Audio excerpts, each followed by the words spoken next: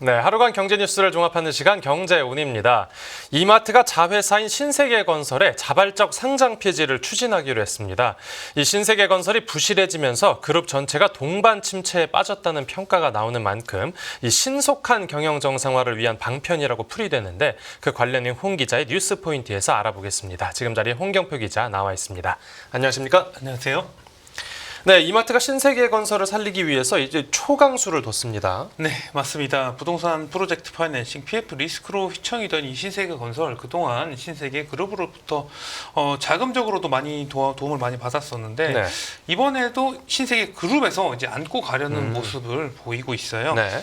신세계건설의 모회사인 이마트가 오늘 그 자회사인 신세계건설 주식 공개 매수를 추진한다고 공시했습니다. 예. 공개 매수가가 한 주당 한 18,300원이고 매수 수량이 212만 661주. 현재 이마트가 신세계건설 지분의 한 70.46%를 가지고 있고 네. 신세계건설이 자사주로 한 2.21%를 들고 있어요. 그래서 지금 이외에 시장에서 돌고 있는 주식이 한 27% 정도 되는데 네네. 이 주식들을 전부 매수해서 신세계건설을 완전 자회사로 만들 예정입니다. 그 다음에 이제 자발적인 상패 결정을 내려서 신세계건설의 의사결정을 이마트가 전담하게 하는 구조가 될 예정이고요. 네. 공개 매수 기간은 오늘부터 29일까지 30일간이고 공개 매수로 95% 이상의 지분 확보에 성공할 경우에 11월 중에 신세계건설 총을 소집해서 자발적 상장 폐지 안건을 또 의결할 계획입니다. 네, 이마트 쪽에서 지분을 산다고 했으니까 그래서 오늘 주가도 신세계건설 주가가 13% 넘게 뛰었는데 이 신세계건설 경영 상황이 좀 좋지 못하다라고는 알려졌는데 구체적으로 상황이 얼마나 안 좋은 겁니까? 이제 과거 취재 파일에서도 과거에 보도해 드렸었는데 네. 신세계건설이 재무적으로 상당히 어려운 상황입니다. 서울 수도권뿐만 아니라 대구 등 지방에서도 대규모 미분양이 발생하면서 수익성이 악화가 됐었고요. 네네. 또 개발 사업들도 순탄하지 못하게 진행되고 PF 사업 보증들도 늘어나기 시작했습니다. 네. 지난달 말에도 신세계건설 부산 해운대 생활형 숙박시설 중도금 관련 채무를 또 571억 원 떠안게 됐고요.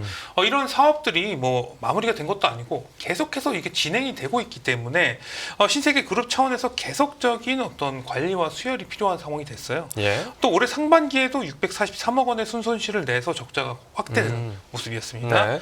사실상 뭐 자립은 힘들어진 상황이고 그래서 신세계가 그룹 차원에서 아예 상패를 시키고 품에 안아서 집중 관리에 나서겠다는 것이죠. 결국 지금 또 신세계건설 주식 매수 자금은 또 이마트가 사들이는 것이기 때문에 네. 결과적으로 또 자금 수혈을 하는 효과도 있고요. 이마트는 신세계건설의 어떤 자발적 상장 폐지를 추진해서 책임 경영도 강화할 예정입니다. 네, 자발적 상장 폐지라고 이제 하셨는데 뭐 어차피 자회사니까 그냥 구조 조정을 해도 될 텐데 네. 뭐 굳이 상장 폐지까지 해야 될 필요성이 있는 겁니까?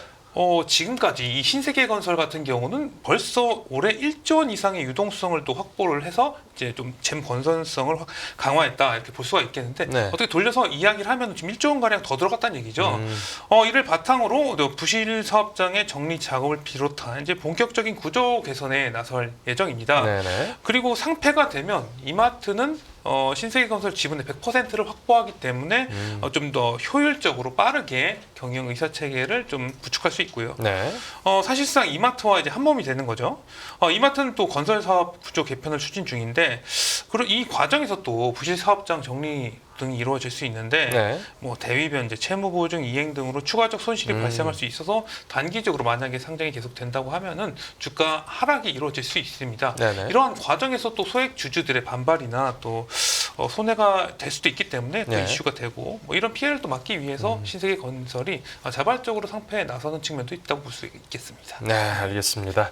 이 신세계건설 자진 상장 폐지 관련 소식 들어봤고 다음 뉴스 보겠습니다. 네, 증권업계 부동산발 신용 리스크 확산.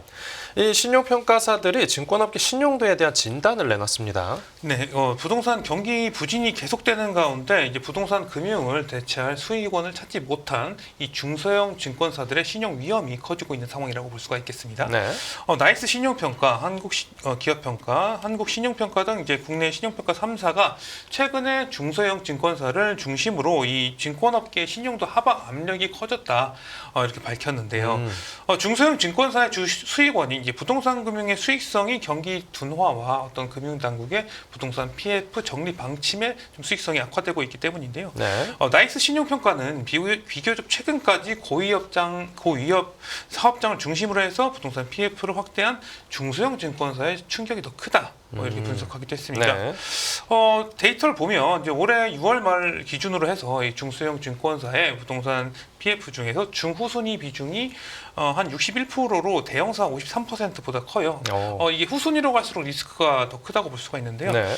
또 한국신용평가는 이 중소형 증권사의 경우에 부동산 금융을 대체할 만한 수익원을 확보하기 위한 고민이 필요하다. 이렇게 또 분석하기도 했습니다. 네, 뭐 결국은 이제 증권사들도 부동산이 문제라는 건데, 맞습니다. 중소형 증권사들 상황은 그렇고 뭐 그런 이 대형 증권사들도 상황이 썩 그렇게 좋지만은 않은 상황이겠죠. 네, 그 일부 대형 증권사 같은 경우도 신용도 전망이 어두워지면서 이 부동산 경기 부진에 대한 리스크를 피하지 못했는데요. 예. 무디스는 이달 20일에 한국투자증권의 신용등급 전망을 안정적에서 이제 부정적으로 하향 조정을 했습니다. 네네. 무디스는 한국투자증권은 전통적으로 수익성이 높긴 하지만 이 리스크가 큰 국내 부동산 PF와 상업용 부동산에 대한 익스포저도 보유하고 있다면서 이런 익스포저, 그러니까 위험 노출도가 과거에 동종업계 대비 어떤 높은 수익률을 달성하는 데 도움이 되긴 했지만 네. 자금 조달에 대한 부담과 위험 감수 수준을 높인 측면도 있다. 이렇게 분석하기도 했습니다. 네네. 아까 말씀드린 그 무디스뿐만 아니라 이제 국제 신용평가사 S&P 글로벌 역시 한국투자증권의 신용등급 전망을 안정적에서 이제 부정적으로 또 하향 조정하기도 했었는데요. 신용평가 업계에서는 이제 국제 신용평가사들 같은 경우는 어떤 실제적인 과거 실적이지만 앞으로의 경기 전망에 무게를 두고 등급 전망을 좀 측정하는 경향이 있다면서 특히 해외 부동산 펀드나 뭐 해외 대체 투자 비중이 큰 어떤 종합금융 투자 사업자에 대한 이 우려가 좀 있는 것으로 보인다 이렇게 평가하기도 했습니다. 네, 뭐 지금은 이제 전망이 내려간 거지만 앞으로 등급이 어떻게 조정되는지도 한번 살펴봐야겠습니다. 맞습니다. 네, 알겠습니다. 지금까지 이제 증권업계 신용도 진단이었고 이제 다음 뉴스 보겠습니다. 네, 금감원 PF 경공매 실적 매주 점검, 구조조정 박차. 이 금융회사들이 부동산 PF 부실 사업장 정리에 들어갔는데 이 정리를 잘하고 있는지 금융당국이 더 자주 그리고 꼼꼼하게 들여다보기로 했다고요. 맞습니다. 금융감독원이 앞으로 부동산 PF 경공매 이 실적을 매주 보고받기로 하는 등 구조조정에 이제 드라이브를 걸었어요. 네네. 금감원은 이제 금융권의 부동산 PF 경공매 실적 점검 주기를 원래는 월 단위였는데 주 단위로 하기로 강화를 했습니다. 예. 이는 이제 금감원이 올해 8월 전 금융권의 PF 재구조와 정리 지침을 이제 배포하고 나서 금융사로부터 이 처리 계획서를 제출받은 데 따른 조치다 이렇게 볼 수가 있겠는데요. 네.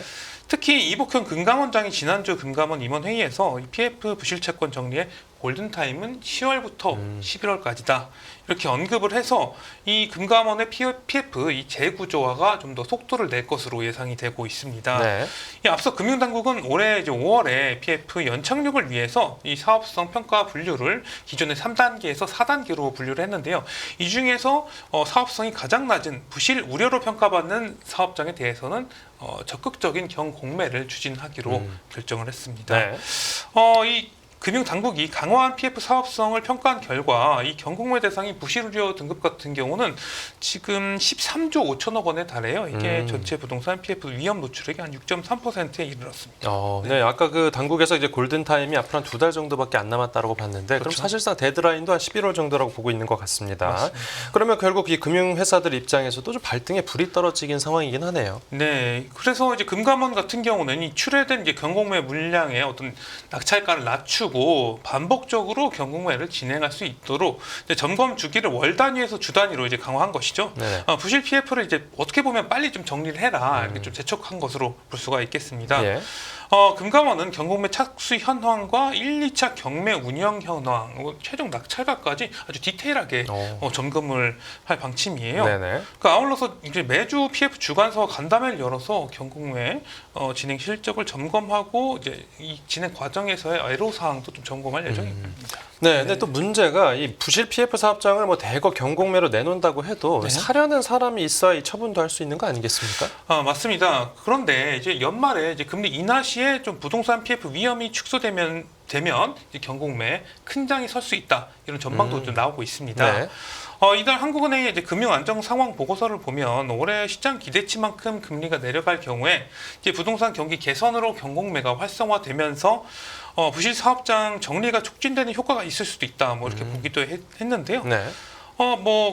그렇다고 해도 이제 금리 인하로 부동산 PF 사업장 이자 부담이 개선되고 연체율이 하락하면 이제 구조조정 유인이 좀 줄어들 수는 있거든요. 좀 더 네. 버텨보자. 뭐 이런 유인도 있을 수 있어서 이자 부담이 줄어드니까요. 맞습니다. 네네. 그래서 일단은 이제 주단위 점검을 해서 구체적으로 경공매가 어떻게 진행되는지 빨리 해라. 이런 걸 활성화하겠다는 것이 이제 금융 당국의 취지로 또 분석이 되고 있고요. 네, 뭐 투자자들도 관심을 많이 보일 것 같긴 합니다. 맞습니다. 네, 이 부동산 PF 사업장 정리 상황 살펴봤고 다음 뉴스 보겠습니다. 네, OECD의 경고, 한국 고용시장 이미 둔화 시작. 이 우리 정부하고 국제기구가 우리 고용시장에 대해서 서로 엇갈리는 분석을 내놨습니다. 네, 맞습니다. 경제협력개발기구 OECD가 세계 경제의 이제 하방 요인으로 급격한 이제 고용 냉각에 따른 성장 둔화를 꼽은 가운데 우리나라의 고용 증가세도 둔화하고 있다고 진단을 내렸어요. 네. 우리나라 정부는 이제 고용 지표가 양호한 모습을 보이고 있다고 자평을 하고 있지만 네네. 지금 고용 둔화를 알리는 이제 부정적인 시그널이 곳곳에서 이제 포착이 되고 있습니다. 예. OECD는 최근 발표한 이제 중간 경제 전망에서 실업자 1인당 구인 자리는 꾸준히 줄어가지고 팬데믹 이전과 이제 같은 수준을 회복했다면서 주요 선진국에서 노동 부족에 따른 조사 지표도 계속해서 완화되고 있다 이렇게 평가를 하기도 했는데요. 네. 하지만 OECD는 우리나라를 비롯한 일본, 멕시코, 튀르키예 등은 이제 수요 완화를 반영해서 이제 고용 둔화가 진행되고 있다 이렇게 분석하기도 했습니다. 네, 이 OECD가 고용시장 둔화라고 평가한 데는 뭐 아무래도 이 나름의 통계 같은 것도 근거가 있어서겠죠. 맞습니다. 이제 고용 시장의 선행 지표인 온라인 구인 건수에서도 이제 고용 둔화 시그널이 포착이 되고 있는데요. 네네. 통계청에 따르면 이제 전년 동기 대비 온라인 채용 모집 인원수 추이를 보면 최근 5주 연속 마이너스를 기록을 했습니다. 이 가장 최근인 이제 지난 14일 기준 온라인 채용 모집 인원수가 전년 대비 약 37%로 큰 폭으로 또 감소를 했고요. 또 올해 8월 고용 동향에 따르면 지난달 15세 이상 취업자 수는 1년 전보다 12만 명 증가하긴 했지만 네. 이 증가폭이 30만 명을 웃돌던 올해 초의 모습과 비교하면 확연히 둔화하는 모습입니다. 예. 특히 그리고 이 건설업과 제조업의 경우에서는 고용이 부진한 모습이 확연하게 드러났는데요. 네네. 건설업 취업자는 지난달 8만 4천 명 줄어들면서 통계 작성 이래 이제 가장 큰 폭의 감소세를 보였습니다. 그러니까 확실히 건설업이 좀 안 좋은 모습으로 보이고요. 제조업 취업자도 감소폭이 커졌습니다. 이 정부는 고용 지표가 개선됐다고 계속해서 강조를 하고 있지만 네네. 이 경제 정책을 세울 때 어떤 경기 둔화 리스크도 고려를 해야 될 것으로 보입니다. 네, 미국도 이제 경기 어떤 우려 때문에 네. 금리를 내렸는데 네. 우리 한국은행도 금통위에서 어떤 결정을 내릴지 한번 지켜봐야겠습니다. 맞습니다. 네, 오늘 뉴스 포인트는 여기서 정리하죠. 잘 들었습니다. 감사합니다.